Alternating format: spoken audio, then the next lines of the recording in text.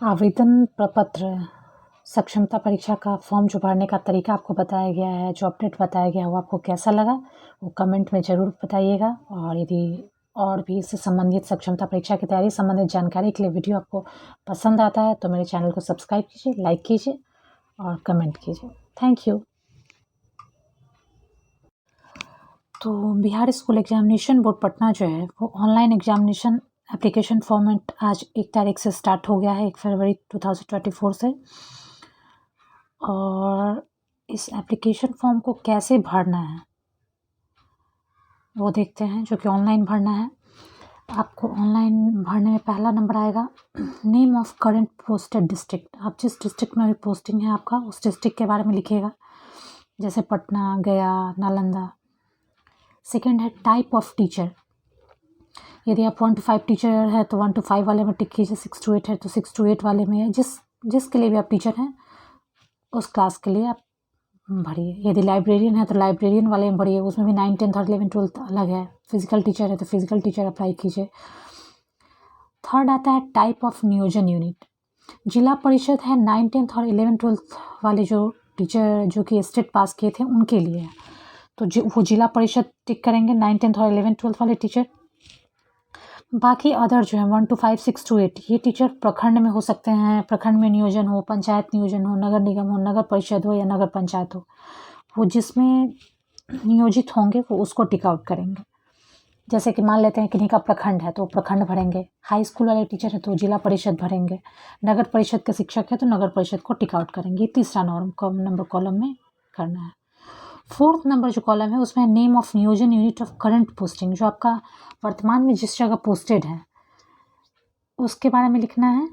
नियोजन यूनिट का नाम लिखना है। नियोजन यूनिट, अब पंचायत नियोजन यूनिट हो सकता है, एग्जाम्पल के तौर पर किसी का फतुहा पंचायत नियोजन इकाई हो सकता है, या किसी का हो सकता है पटना सदर प्रखंड नियोजन इकाई, कुछ इस तरह का, या पटना सदर प्रखंड नियोजन इकाई। तो जिसका जो प्रखंड नियोजन इकाई है, जैसे उस जगह का नाम, पंचायत, प्रखंड, जो भी उसको लगा कर नियोजन इकाई। फिफ्थ नंबर जो कॉलम है वो रहेगा आपका स्कूल ऑफ करंट पोस्टिंग, जिस विद्यालय में वर्तमान में आप कार्यरत हैं, पढ़ा रहे हैं, उसके बारे में भरिएगा, उस स्कूल का नाम दीजिएगा। 6 नंबर में जो स्कूल का यूडैश कोड होगा उसको भर दीजिएगा। यूडैश कोड एब्सेंटी जो बनता है उसमें भी रहता है, उससे ही चेक कर लें, या प्रत्येक विद्यालय का रहता ही है। 7th नेम ऑफ नियोजन यूनिट ऑफ फर्स्ट पोस्टिंग। आपकी पहली पोस्टिंग कहाँ हुई थी, मान लीजिए आपका कहीं से तबादला हुआ हो या जो भी किसी कारण से दूसरे जगह आपकी पोस्टिंग हो, डिप्टेशन हो, तो उस सेंस में आप अपना फर्स्ट पोस्टिंग आपका जहाँ था उसको भरिएगा। 8th में school name of first posting, school का जो नाम था उसको लिखिएगा। फिर जो पहला वाले पोस्टिंग का सेम पहले की तरह जो यूडैश कोड है, स्कूल का नाम, ये सब चीज़ करना है। 10 नंबर में आता है नियोजन letter number and date.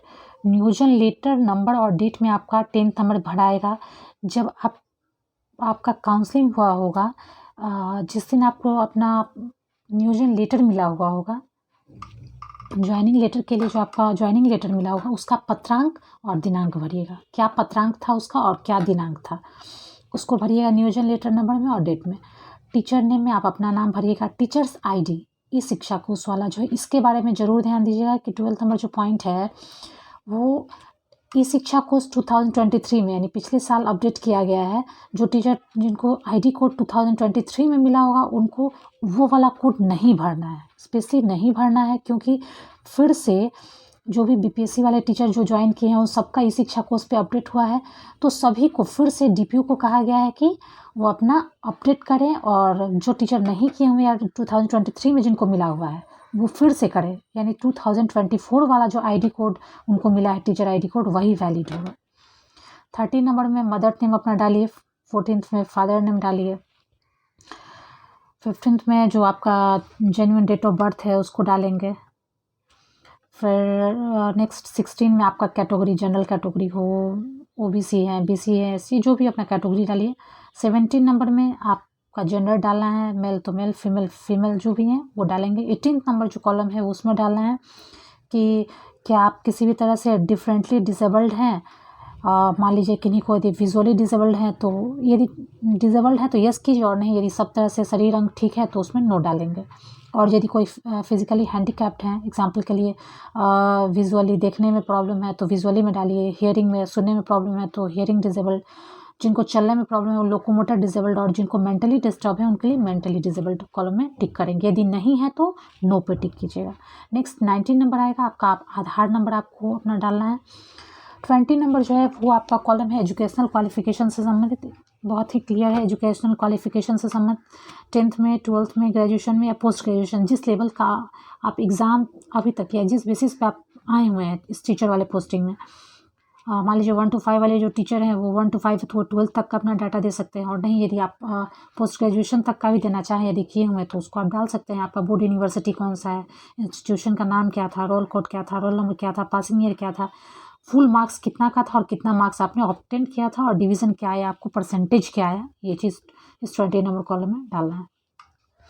Next 21 number में देखिएगा कि ट्रेनिंग क्वालिफिकेशन जो दिया हुआ है विच जो कि एप्लीकेबल है। आप डीएलएड किए हुए हैं तो रेगुलर से डीएलएड किए हुए हैं, डिस्टेंस से डीएलएड किए हुए हैं, डीएलएड किस संस्थान से किए हुए हैं, है ना, एनआईएस वाला डीएलएड है या बीएड किए हुए तो किस यूनिवर्सिटी से किए हुए हैं, उस इंस्टीट्यूशन का नाम क्या था, roll code, roll number, passing year, full marks और मार्क्स ऑब्टेन्ड, ये चीज़ डालना है। या फिर जो जैसे जो फिजिकल टीचर होंगे वो फिजिकल टीचर वाला अपना डाटा डालेंगे, सेम वही यूनिवर्सिटी इंस्टीट्यूशन जो भी हो। 22 नंबर कॉलम जो रहेगा वो है टीचर जो भी एग्ज़ाम पास किए हुए हैं, जिस एग्ज़ाम को पास करके वो आए हुए हैं, इस पोस्ट पे कार्यरत हैं। जैसे जो कुछ लोग सीटेट करके आए होंगे, कुछ लोग बीटेट करके आए होंगे, कुछ लोग स्टेट किए होंगे, जो 9, 10, 11, 12 वाले टीचर होंगे स्टेट करके आए होंगे, 1 to 5 और 6 to 8 वाले टीचर बीटेट या स्टेट करके सम्मिलित होंगे। तो यदि आप बीटेट किए हुए हैं तो अपना उसके ईयर में किए हैं और उस एग्ज़ाम का नाम क्या था तो वो डालिएगा, रोल नंबर डालिएगा, सर्टिफिकेट आपका नंबर जो उस पर डाला गया होगा मार्कशीट पे उसको डालिएगा, और ये भी लिखना है कि आप क्वालिफाइड थे या नहीं थे। तो निश्चित है कि क्वालिफाइड थे तभी आप कार्यरत थे। नेक्स्ट 23 नंबर कॉलम जो आपका आएगा वो है 1 to 5, हर एक अपॉइंटमेंट किसका किस चीज़ के लिए हुआ था। तो क्लास 1 to 5 के लिए लैंग्वेज और जनरल सब्जेक्ट है, तो टिक आउट करना है कि हाँ ये इसी चीज़ के लिए मेरा अपॉइंटमेंट है। यदि 6 to 8 वाले हैं तो 6 to 8 में उनका किस सब्जेक्ट के लिए हुआ था, किसी का हो सकता है मैथ्स और साइंस के लिए हुआ तो उस पर टिक करेंगे, किसी का हिंदी हो सकता है, तो किसी इसमें से जो आपका सब्जेक्ट रहा हो 6 to 8 में जिस पर आपकी ज्वाइनिंग हुई है उस चीज़ को टिक आउट कीजिएगा।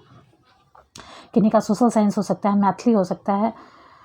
फिर 9th और 10th वाले क्लास का देखते हैं, तो जिसके लिए सब में तो आप टिक आउट नहीं कर सकते हैं, जो जिसके लिए एप्लीकेबल 9, 10th वाले जो टीचर होंगे जो 9th, 10th क्लास लेते होंगे या जिसके लिए वो कार्यरत है 9, 10 में, हो सकता है कोई मैथ्स के हो, कोई योगा फिजिकल एजुकेशन के हो, कोई फाइन आर्ट्स के हो, कोई संस्कृत के हो, तो उस सब्जेक्ट पर टिक है। सेम एज क्लास 11, 12 वाले में भी है कि जिस सब्जेक्ट के लिए आपकी नियुक्ति हुई उस सब्जेक्ट पे टिक आउट कीजिएगा।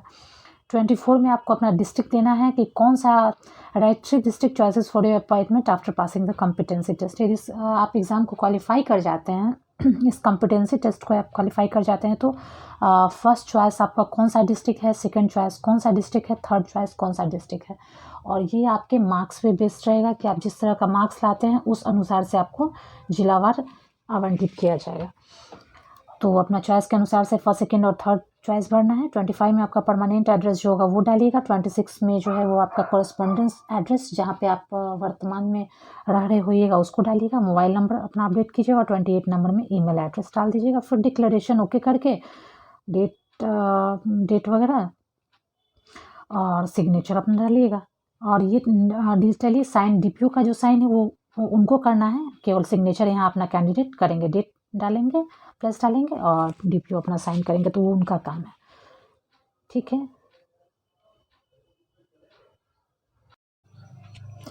आवेदन प्रपत्र सक्षमता परीक्षा का फॉर्म जो भरने का तरीका आपको बताया गया है, जो अपडेट बताया गया है वो आपको कैसा लगा वो कमेंट में ज़रूर बताइएगा। और यदि और भी इससे संबंधित सक्षमता परीक्षा की तैयारी संबंधित जानकारी के लिए वीडियो आपको पसंद आता है तो मेरे चैनल को सब्सक्राइब कीजिए, लाइक कीजिए और कमेंट कीजिए। Thank you. नमस्कार टीचर्स, मैं हूं पुष्पा और मेरे YouTube channel your guide Pushpa में आपका स्वागत है। आज हम लोग सक्षमता परीक्षा के बारे में बात करने वाले हैं कि सक्षमता परीक्षा का जो फॉर्म है, आवेदन प्रपत्र है, वो कैसे भरा जाना है, तो इसके बारे में हम लोग चर्चा करेंगे। तो चलिए स्टार्ट करते हैं।